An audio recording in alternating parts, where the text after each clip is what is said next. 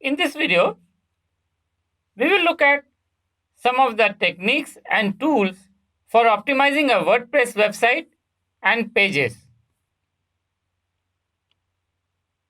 Let us first look at the elements of a WordPress website.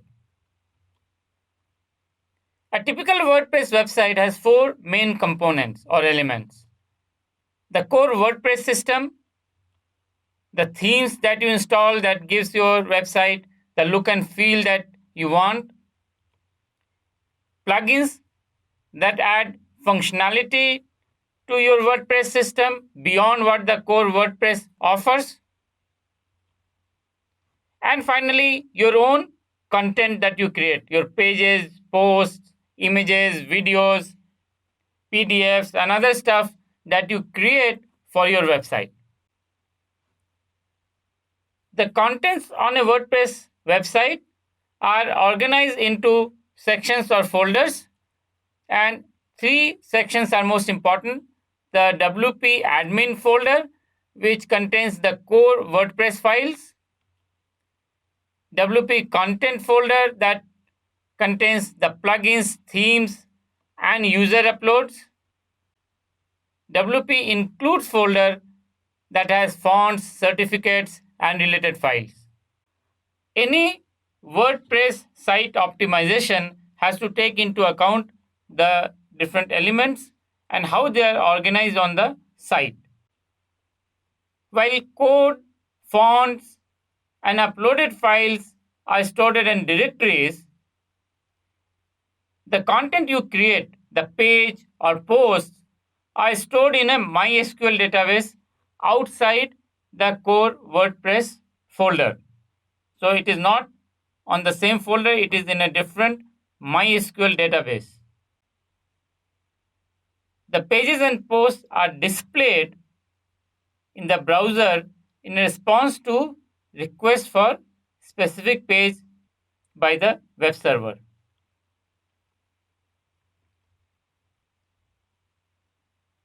The code and uploaded files, on the other hand, can be accessed directly if you go to the appropriate directory on the site. If you have permission, you go to the folder, you can see all the files.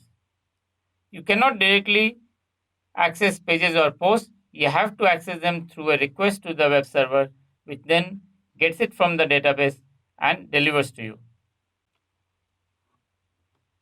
By default, the search engine is going to index everything on a WordPress site, which includes files that have come with your WordPress code, files that came with your themes and plugins, files uploaded by users, that is you, site owner, administrator, as well as anybody who is uploading anything to the website, the pages and posts that you create on the website. So what is the problem with default indexing of your WordPress website? Well, you want pages on the site to be indexed by Google or Bing, so they show up in the search result. You only want pages and posts that you create to show up in Google search results, because those are the pages that have your own content. You don't want files that came with WordPress or your plugins or themes to show up in the search result. Another problem is that WordPress can display the same page in many different ways, leading to duplicate content in Google database. So Google can index the page by accessing it through multiple paths, and it will then treat each of these pages differently. It's the same page, but it is being accessed differently, so the path to it is different, and therefore Google will treat it as duplicate content. It can access the page directly using the URL, or it might access the page through the category or the archive page. And each of these are going to have different URLs, leading to duplicate content on your website. If you have duplicate content, Google might penalize you for duplicate content. So how do you control the indexing of your WordPress site? You have two ways. You can use WordPress settings or you can use robots.txt file to control the indexing. The modern themes and plugins use a lot of CSS, JavaScript code, and so forth to render a page. If you block access to your themes and plugin folders like we used to earlier, your page may not display properly. When the Google bot accesses it, it may not be able to see everything about the page, and therefore the page may not be indexed properly by Google or Bing.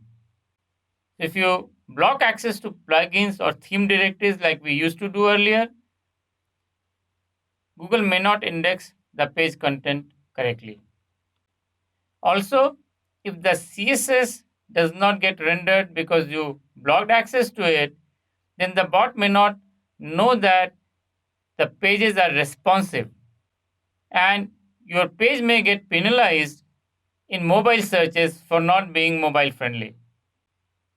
Also, do not block access to pages which have backlinks because that's going to impact the SEO benefits.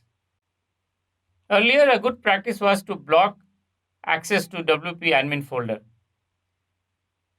But updates to WordPress 4 Plus, versions coming after WordPress 4, now make sure that Google is not going to display your admin pages like login page in search results.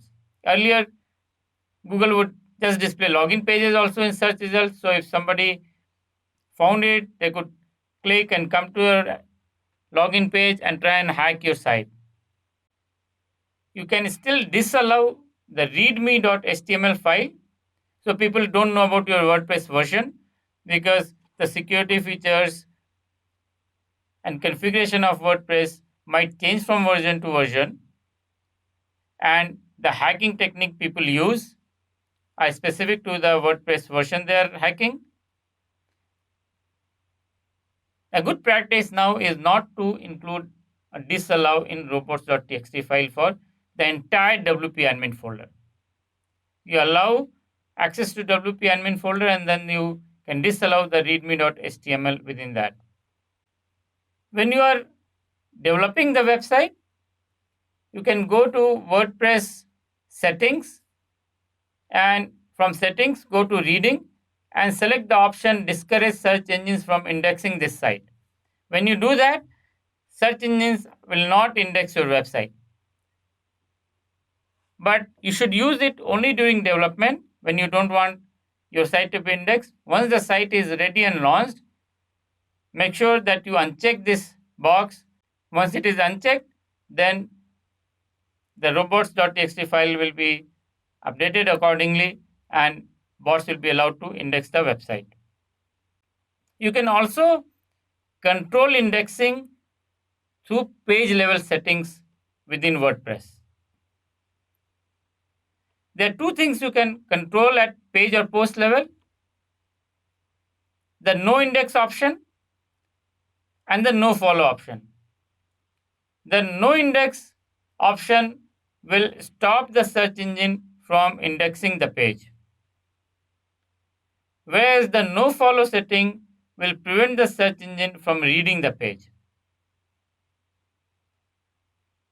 So if you use no follow option, then the search engine is not even going to read the page, which means if that page points to another page on your site, so it is a link pointing to another page on your site, then that SEO benefit will be lost.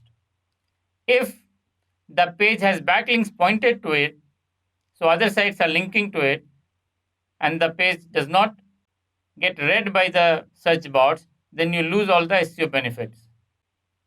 You can disallow access to a page using the robots.txt file. When you do that, the search engines will not crawl the page, which means the page is not indexed, but also all links from this particular page to other pages on your site are useless for SEO. So if you did internal link building and this page has internal links pointing to other pages, they'll become useless because search engines are not going to be even reading this page. On the other hand, if you use no index, follow, no index, follow, then what will happen is search engine will read the page, but it will not index it. So it will not display the page in the search results, but it is going to read it. Because it is going to read or crawl the page, it will find the links, the internal links, and will give the SEO benefit to the link pages. You can do no index follow settings at the page level. So in my experience, it is much better to use page level settings to control indexing of your page rather than use robots.txt file to control indexing of your pages. So what is the ideal robots.txt file for WordPress? The ideal robots.txt file should not block anything other than very specific files or uploads that you want to protect. So if you have a card pages, images, or you have PDF files, downloadable files that you want to block behind a opt-in form, you can block access to those files or those pages. Many people try to block access to category and archive pages in order to prevent duplicate content. You should not do that. Instead, you should use no index follow settings. So if you use no index, what will happen is when the bot indexes your page through category pages, it is not going to index that path. So there is no duplicate content. However, all the link that are pointing from that page to other pages, they will still be accounted for. So you don't lose the benefit of internal linking, but you prevent duplicate content going into Google. So let us look at some of the tools you can use for WordPress optimization. You can use tools to generate sitemap, set page level indexing settings, set redirects. You can use tools to test plugin speeds, check broken links, or to cache content for faster delivery. The three most popular tools you can use are Yoast SEO, All-in-One SEO, and WP Sitemap Page. My favorite tool for setting page level indexing options is Yoast SEO because it allows you to optimize the page content. So you can see whether the page is fully optimized for the keyword you are targeting. You can set indexing and follow option for the page from inside the tool. And you can also generate social share tags that control how your content looks when shared on social media. So one tool, SEO by Yoast, allows you to do many different things. It also is a great tool for generating sitemap. So whenever you add a new page to your site, it will automatically update the sitemap. So I love SEO by Yoast because it's one tool that can do many different things and do them really well. Plugin speeds can have a huge impact on your site's SEO because as you add plugins, they are going to add more and more code to the site and to the pages. And the extra code can slow down the pages. Slower pages perform much worse in SEO than faster pages. So it is important for us to analyze the impact of plugins on our site speed. And you can use plugin performance profiles to test the plugins you are using on your WordPress site for their impact on page load times. So if you find that a plugin is having adverse impact on page load time, then you can either disable that plugin, find a replacement for it, or do some custom work to speed up the plugin. Broken link is basically a link on a page that no longer works. So you are linking from page A to page B, and for some reason, when you click on that link on page A, it doesn't take you to page B because the page B either no longer exists or it has moved to a different location. So it has moved to a different URL. That page B could be on your site or it could be on other site. The problem with broken links is search engines do not like broken links because they think If a site has broken link, if a page has broken link, it indicates that the page or the site is not being maintained, not being looked after. A broken link can adversely impact your search ranking. So a good practice is to use Broken Link Checker plugin to find broken links and fix them. The cache plugins help speed up the delivery of the page. What these plugins do is they cache the page, so the page is served from the memory, not from the database. And that speeds up the delivery time or load time of the page. Plugins like W3 Total Cache can make the page load faster, and they also reduce download time for file through content delivery network integration. So a cache can keep the page in memory on your server. So when someone accesses the page is delivered from the memory and not from the database. So that's fast. Another thing on top of that is the content delivery network. In that case, a copy of the page is stored on many servers around the world. And when a user tries to access the page, it is delivered to that user from the nearest server having a copy of that page.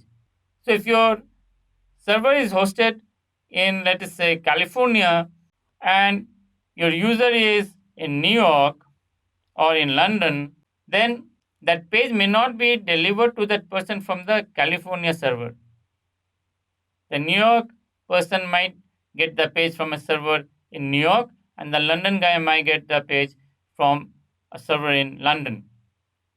Both the London and New York servers essentially have a copy of the page that is running on the server in California. But because the page is coming from a local server, a server which is closer to the user, it reduces the page load time. So let us see how much you have understood about this topic. Why is no index follow preferred over disallow? Is it because no index follow passes SEO benefit to link pages? Or is it because disallow passes SEO benefits to link pages? Maybe no index follow increases search ranking. Or is it because disallow prevents the page from showing in search results? The correct answer is the no index follow option at the page level passes SEO benefit to linked pages because the bots are going to read the page and therefore they are going to encounter the links going out from the page and give SEO benefit to the linked pages.